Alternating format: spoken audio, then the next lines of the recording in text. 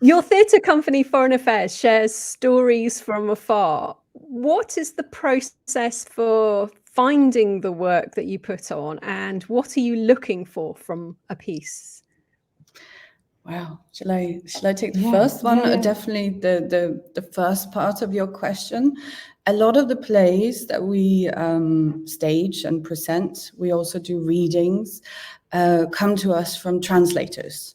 So our focus is that of working with theatre in translation, and the translators are our best friends.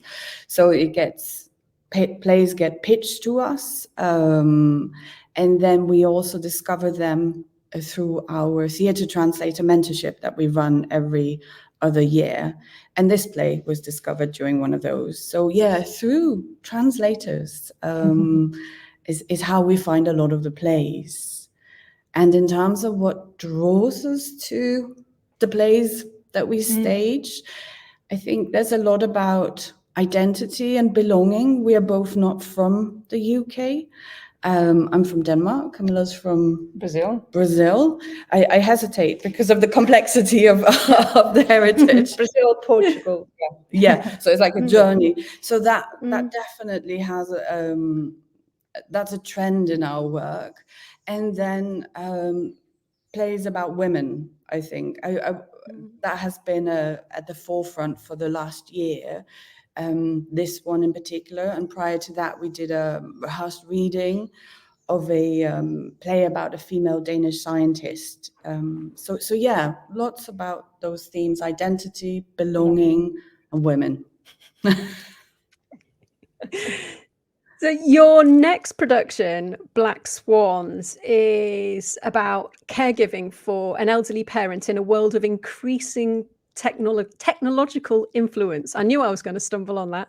Tell us a bit about the play and what drew you to this particular story. Well, shall I do that? Yeah. In a way, well, the story, again, like just picking up on what Trine said, it's very female-centered. It's a story of women, about women, and that immediately was an appeal. And then I think there's also a personal connection, both on my side and Trine's side, to the story and the caring for our elder.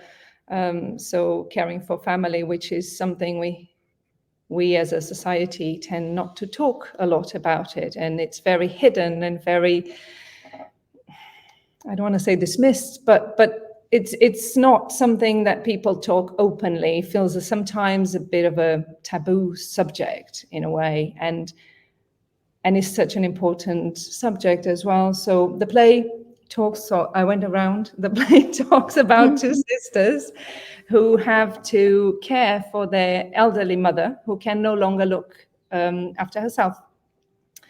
And in that comes all the beauties and the bickerings of the relationship. Yeah. and what happens when those decisions have to be made, and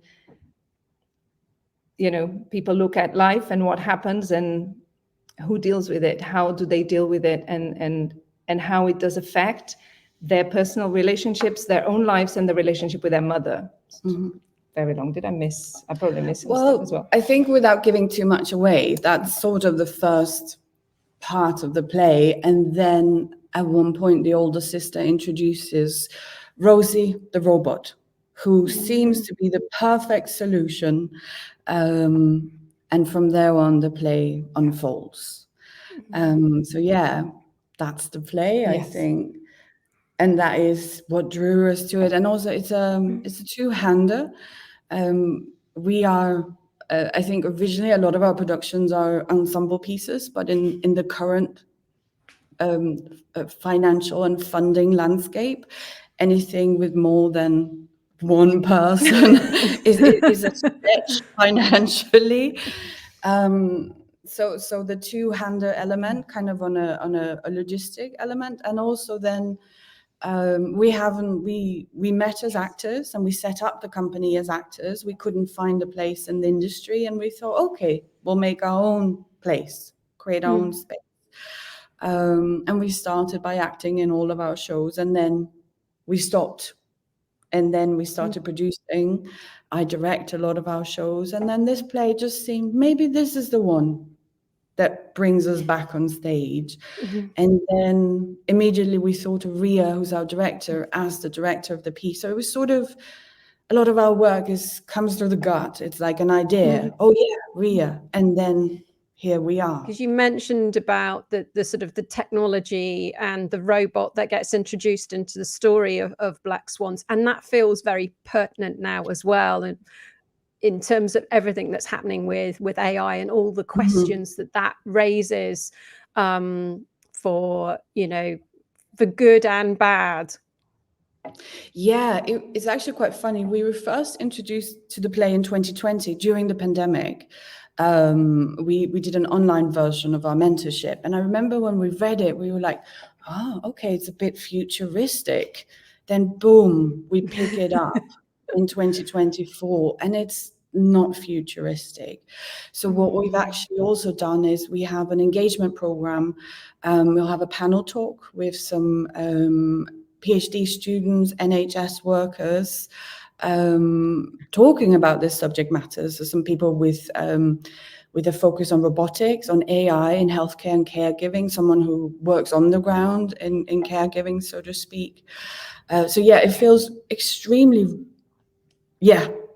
relevant, but almost to like, you can feel it. And we have so many unanswered questions. So we don't propose this play offers any answers, but it might just spark some conversations. We've also got one of the PhD students at USL has written an essay kind of giving a snapshot of what's going on, specifically relating to the play. So yeah, it's lots of exciting stuff is going on in healthcare and caregiving in this field. Maybe not Rosie the robot, but stuff that we couldn't imagine, I think, even a couple of years ago. So yeah. Now, you mentioned that you were performing, and then you moved to sort of more producing and being sort of behind the scenes, but you're getting back on stage again. What are you looking forward to most about being on stage, and how will you be feeling on opening night? Oh gosh. I think looking forward to, it's just I think as an actor, you try not to be result orientated. You try and be in the moment. So when we direct and produce, it's all about kind of arriving somewhere. And as a trained actor, I really look forward to trying to kind of be in the moment and just experience and live that story. And then shared with an audience. And then obviously I get to do it with Camilla, which is how the company, so it's sort of a full circle moment. Definitely looking forward to that. Yeah.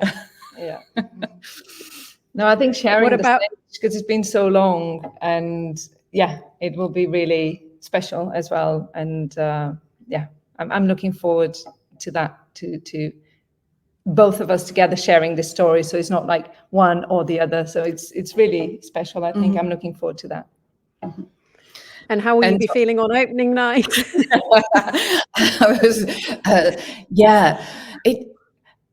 I think a lot of nerves. One thing is like the idea of, we're returning to stage, we're actors, but we are older.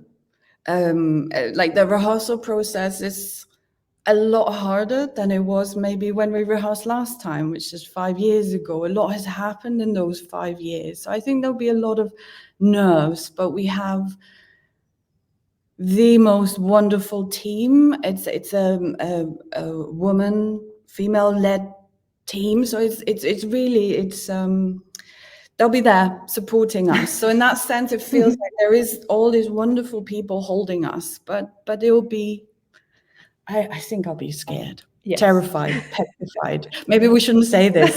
Very excited, very capable. We are trained actors, but scared. But and especially with the long gap, because it's, we say it's a bit like riding a bicycle. You don't forget it. Hopefully you don't. But you do get a bit, what is it, the word, rusty. So like Trine was saying, the rehearsals are harder because, you know, we're a bit out of practice in a way. But but we are exercising now our muscles and getting ready, so it's all good. I think also with that there is a question we are asking ourselves as well, like in how can we challenge the system of how we rehearse? Like we have slightly, it's just a two-hander, but it's being mindful of our health and our minds and everything. So there is sort of in the process a questioning of, how would a group of women from around the world of different ages approach this play? And I think that kind of supports us as well. Yeah, and that's the thing, and the support of the team, because with lives and trying to rebel a little bit against the system and what's imposed, what is the normal working hours that sometimes, a lot of the times, don't take into account childcare and other responsibilities that often fall under women's plate. Yes.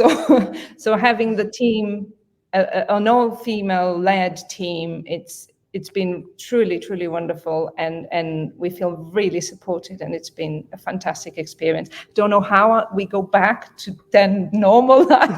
Find that out afterwards.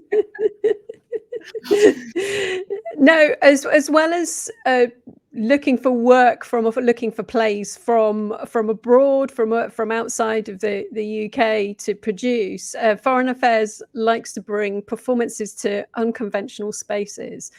What is the most unusual space you've put on a production, and what is the most unusual space you've watched a production? Oh, that's. I think that in answer to the first part of the question, I definitely say we once performed at Bart's Pathology Museum. It was a collaboration with sort of a group, there's a fancy word that I can't think of now, of universities. So Cambridge, UCL, I think Bristol was part of it. And it was a big project about the Austrian playwright Arthur Schnitzler. So we did an adaptation of a play called Professor Bernhardi, which was then quite recently adapted at the Almeida as The Doctor, I think. But we presented it at Bart's Pathology Museum, surrounded by jars of specimen. That was unusual. Yeah. That was sort of really odd of like being there presenting a piece and then being surrounded by all of this, but also being surrounded by the bigger kind of the hospital and everything. Yeah. It made a lot of sense to be in that world, but that was odd. Yes, it was beautiful. The space is amazing, but you kind of want to look at a distance and not get too close to what's in the jar. Really, yeah, it was a bit. Have you seen any theatre in unusual venues? Have you been to see anything that's been somewhere very different? Yes, I remember once seeing, and I think that was also an old church. I can't actually remember what the play was, but I remembered the space. It was in South London, and it was this old church, but I don't think it was used anymore. It was sort of collapsing everywhere. Mm-hmm. And I remember it was this one person show. We went with Fiona, and it just had such atmosphere and such beauty, and still derelict. And so definitely I think that would be one of my favorite sort of theatre experiences of going to this. We had to like walk forever through a park, and it was dark. And I think there's something about when theatre for me is always an experience, but when you sort of take it out of these conventional spaces, these fortresses, it becomes a journey, or much more so, I think. Which I really enjoy about that. Yeah, and there's so much about the space you're in, because it gives you an energy, a vibe. Then, everything else that follows that, lights, costume, everything, it has a different feel than being in a staged. It's not saying that things are not staged in unconventional spaces, don't get me wrong, but it's just that the space talks to us. I don't know. So final question. what is your favorite type of theatre to watch? You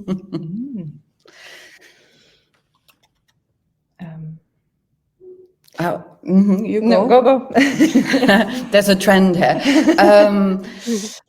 I want to say everything, which is sort of a cop-out, but I think in particular theatre that is that moves me. So it's it can be a theatre that has very few words. It could be a very more sort of traditional text theatre, but something definitely that moves me, and that could be emotionally, or it makes me think. And often if it's surprising, if it's sort of, this was not what I expected in a good way, if it's like the casting has that sort of gone, actually we don't care what it should be, something that embraces the world of theatre, which is not film. Like, time moves differently. Like we play sisters. I'm from Denmark, Camilla's from Brazil. There is nothing realistic at all about this, but it is true. So it's sort of like a cop-out answer, but that's the kind of theatre I love, and that could really be anything. The most recent thing we saw, we do have separate lives as well, but we go to the theatre, was the Crystal Pite.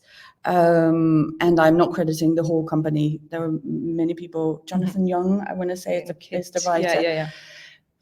Sort of dance at Sadler's Wells, and it just left me full for a long while. Really gorgeous, beautiful physical theatre. Yeah, a bit in line with what Trine said, but I love ensemble pieces. I love seeing lots of people on stage, and where's movement involved, I do love it.